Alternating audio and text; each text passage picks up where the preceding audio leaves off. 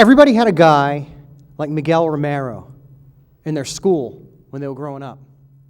Miguel was the kid who laughed out loud if you missed a basket in gym.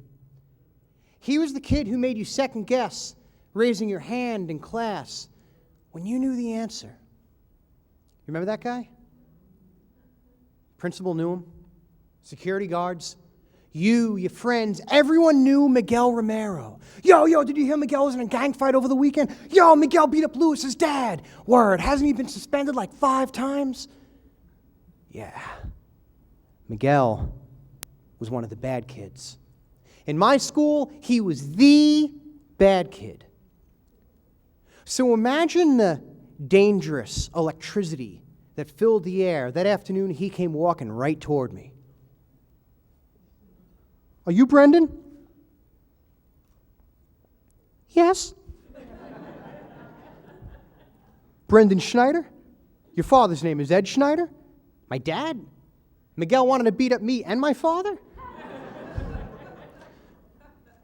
My dad's my father. My dad is Ed Schneider. He is my dad. He is my good dad. Thank you. And Miguel hugged me. Remember the tough guy hug? Reach around, 2 quick pats to the back. Yo, your father is a great man. You ever need anything, you got to let me know, okay? And he walked away. It's a good thing, too, because if Miguel would have stuck around waiting for an answer, he would have been standing there about 4 months. The most dangerous person on the planet. Jeffrey Dahmer, Boston Strangler, none of it mattered. Miguel Romero just offered me protection. And my dad was involved. Hey, Dad, good, come here, you can help me. My father was messing around with the TV again. This is a war that raged for decades. He handed me one of the aerials and outfitted the other aerial with this long, conical, tinfoil-shaped sock that stretched away from the TV, toward the wall, along the wall, around the window, and out into the hallway. Hey, Dad, how do you know Miguel Romero? Point the foil toward the kitchen. Dad, Miguel Romero, how do you know him? I never heard of him. Wait, you mean Miguel from my catechism class? Now, both my parents taught religious education in my church growing up. And my friends and I, we would see Miguel and his henchmen before and after class. But we always figured that when we were in class, he was up at the 7-Eleven parking lot drinking Crazy Horse. Dad, Miguel Romero has religion? Yeah, he's in my 8th grade confirmation class. I can't believe this. He came up to me before math today, patted me on the back and said that you were a good guy. Yeah, it's Miguel. He's a good kid. No, Dad. No, he's a bad kid. I mean, he gets suspended all the time. I'm surprised they even still let him into church. And I'll never forget how serious my dad got when I said that. He put down the aerial and he said,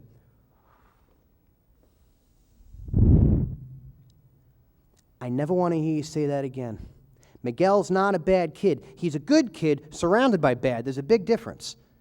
Now, he's going through some stuff, but he's going to be all right. I'm helping him out. Yo, what? Helping him with what? That's none of your business, buddy. That's between me and Miguel.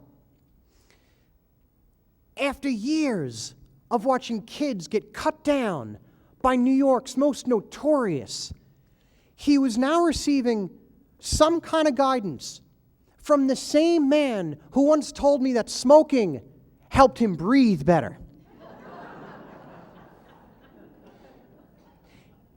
And yet, as time went on, I noticed a change in Miguel Romero. His clothes went from torn and baggy to the epitome of GQ smooth. And he was getting the crowd going at pep rallies and teaching salsa lessons after school. He was building a reputation that was so brilliant, it was eclipsing that madman from before. And every once in a while, over the years, I would ask my dad just how he and Miguel were connected, but I'd always hit that same brick wall. He'd say, how's Miguel doing? I'd smile, I'd tell him, I'd ask him how the two were connected, and that would be it. He would just say, good kid, and that would be the end of it. A few years after that initial meeting with Miguel, I see him walking down the hall, and I think to myself, now's my chance, right? Now's my chance. I don't have to go to my dad anymore. Now I can go to the source. I can ask Miguel. Hey, what's up, Miguel? Hey, what up, B? Hey, what's up, man? Listen, a few years ago, right? What did my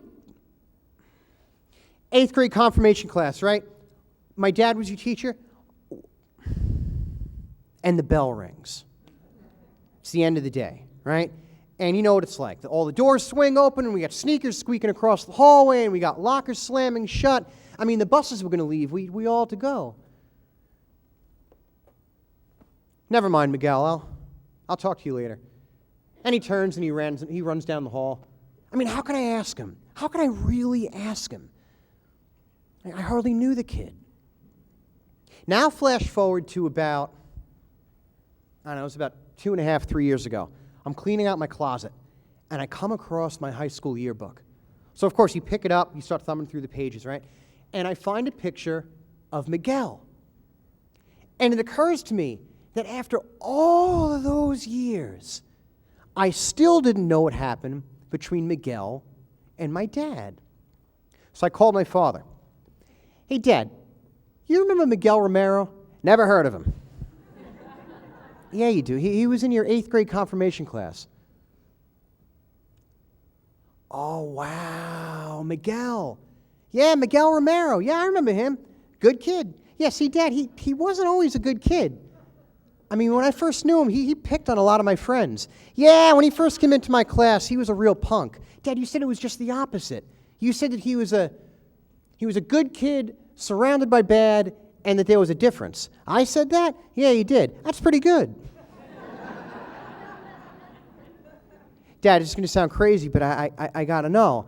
I mean, the kid is a complete bully, and then completely turns it around after like a single conversation with you. What did you say to that kid? And my dad was quiet on the phone. That kind of quiet you hear on the phone sometimes, it just stretches on, right? And after a couple seconds, he says to me, you know, it's been a little while. I can tell you what happened with Miguel. The kid comes into my class thinking he's hot stuff, right? I mean, he's mouthing off to me. He's bothering the other kids. I'm letting a lot of it go, but I'm watching him. First few classes, he's sitting with this girl. And then one night, they're on opposite ends of the room. She's trying to hide how upset she is, and he's still acting like a tough guy. Now, when you're that age, you break up over stupid stuff all the time.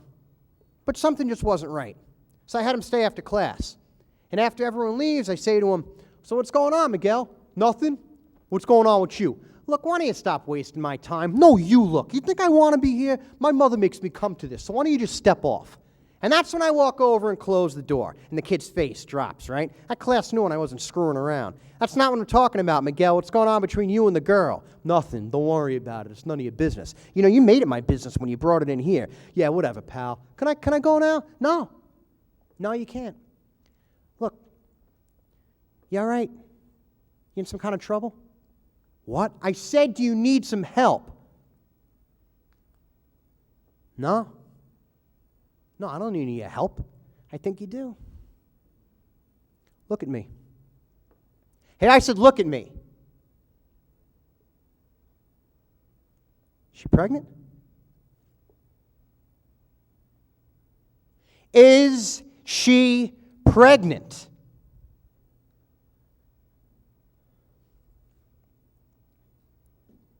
Yeah. What? Yes. She's pregnant. Is it yours?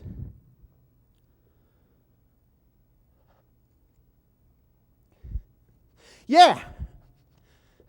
All right, Mr. Schneider, you want to break me down? You want to see it? Yes.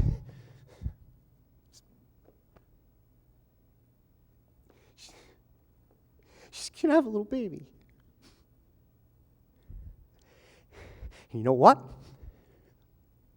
Her father's going to kill me.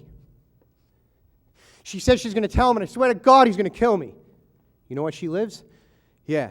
Your father home? Nah, you don't live with us. All right, get your coat. No way. Come on, be a man. Where's the tough guy now? You know, all that jiving and high talk when it's easy. But when the chips are down, it's no way, and can I go now, and step off. Quit your crying, grab your coat, and let's go. Now first, we go to his house, talk to the mom. Next, we go to her house, talk to her family. Now, it was dicey for a little while, but both families worked it out. The church helped get the kid adopted, and both families turned out okay. Now, I had Miguel stay after class a lot that year, but not because he was bad. It was just the opposite. I wanted to get to know him. Rough home life, boy. I mean, his dad leaves when he's really young. His mom, his mom was all right, but she was an older lady, and I don't think she left the house much. So he started hanging out with a bad element, older kids, punks. So I'm not surprised he was a bully for a little while there. And now it was my turn to be quiet on the phone. I mean, this was my dad. This is the same guy who used to tell me to eat my greens. This is the same guy who, when I was 5 years old and I asked him what sex was, he said, I don't know.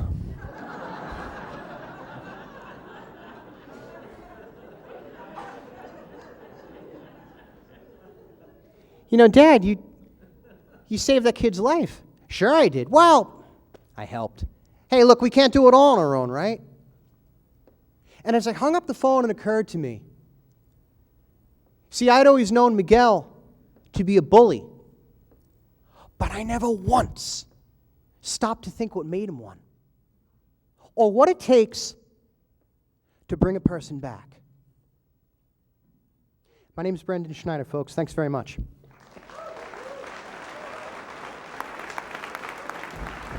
Thank you, baby.